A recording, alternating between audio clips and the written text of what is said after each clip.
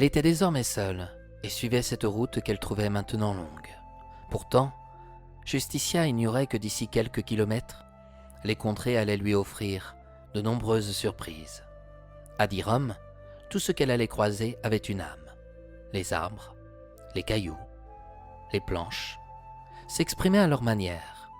Ces éléments n'avaient pas de yeux, de nez ou de bouche, mais ils savaient se faire comprendre, tout comme se méfier des inconnus qui osaient pénétrer dans le village.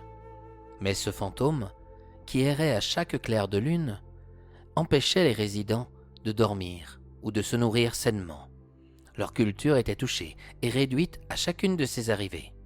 Plus rien ne pouvait voir le jour. Il ne restait plus que 100 mètres à parcourir. Le bourg paraissait plutôt désert. Justicia crut voir un nain de loin, mais quand une branche la grippait à sa cuisse, ses intentions s'envolèrent. « Aïe !» fit-elle. « Oh, je me suis coupée. »« Je peux te guérir tout de suite ?» affirma un petit arbuste sans aucune feuille dans son esprit. La jeune fille s'était baissée pour regarder sa blessure. Lorsqu'elle leva la direction de son regard envers l'arbuste, ses yeux se firent ronds. Était-ce réel? Avait-elle rêvé? Celui-ci ne bougeait plus et restait fixe. Il attendait sa réponse qui n'arrivait pas. Ainsi, il décida de déplacer ses petites branches pour lui souhaiter la bienvenue. « Tonnerre de Brest, tu es vivant ?»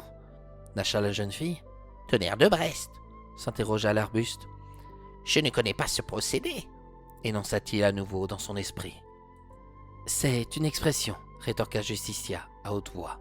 « Mais comment fais-tu pour parler dans ma tête ?»« C'est tout naturel, jeune fille. Comment pourrais-je bavarder autrement puisque je ne possède aucune bouche ?» rétorqua-t-il. « Oh my God, quelle curieuse créature !»« C'est énorme de te voir bouger ainsi à mon égard !» s'extasia-t-elle. « Je ne suis qu'un arbuste.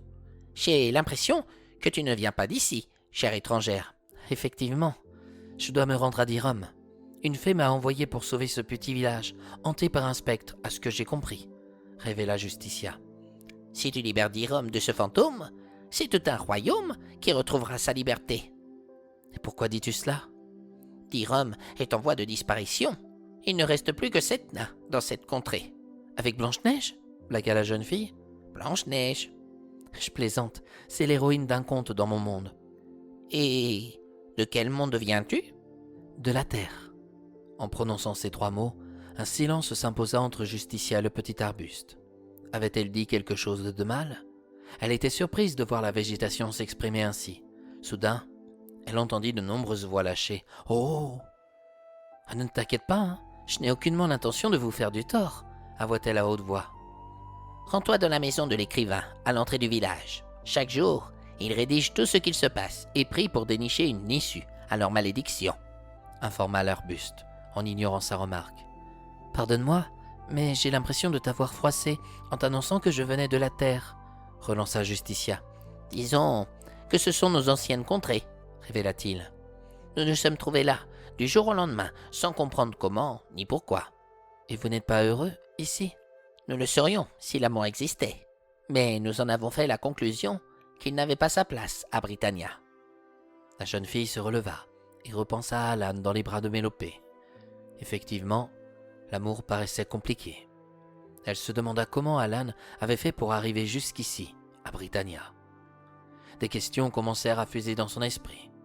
Avait-elle bien vu? Après, c'était peut-être simplement son sosie. Or, cela n'expliquait pas pourquoi Mélopée avait osé ramener un homme dans leur village alors que c'était totalement interdit. « Qui dois-je réclamer à Dirom ?» interrogea Justicia. « Dans la maison de l'écrivain, tu trouveras Drosaïque.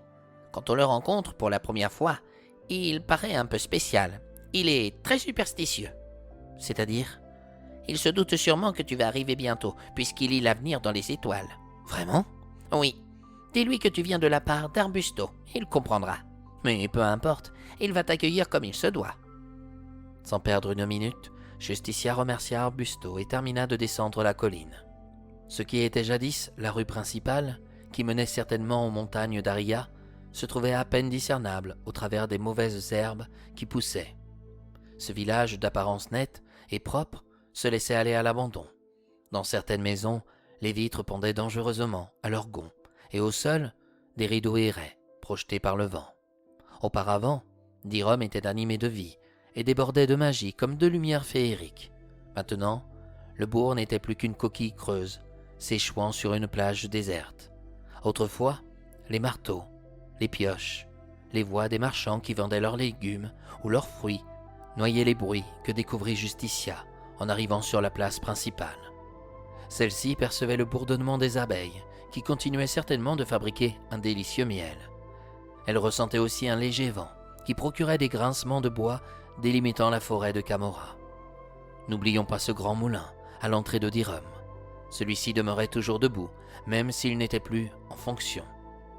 Quelques animaux s'abritaient dans les murs creux des maisons, mais les bourrasques et les conditions météorologiques, à la venue du spectre, laissaient leurs empreintes destructrices. Peu importe son aspect, Dirham restait un spectacle étrange à voir. La vie paraissait morne, peut-être même ruinée. Il n'y avait plus rien à montrer, mais tout n'était pas encore perdu. D'une certaine manière, au travers des bêtes qui vivaient ici et des quelques nains qui survivaient aux apparitions du fantôme, l'esprit du village était en outre intact, bien que d'une manière différente. Justicia aperçut la maison de l'écrivain. Elle n'eut pas le temps de frapper à la porte. Drozaek surgit et l'amena brusquement à l'intérieur. De sa main, une lumière s'alluma au son d'une formule qu'il prononça en visant son front. Son regard paraissait plutôt inquiétant, mais lorsqu'il referma l'entrée de sa boutique, son sourire revint sur ses lèvres et rassura la jeune fille. Arbusto l'avait prévenu qu'il était un peu spécial. C'était peu de le dire.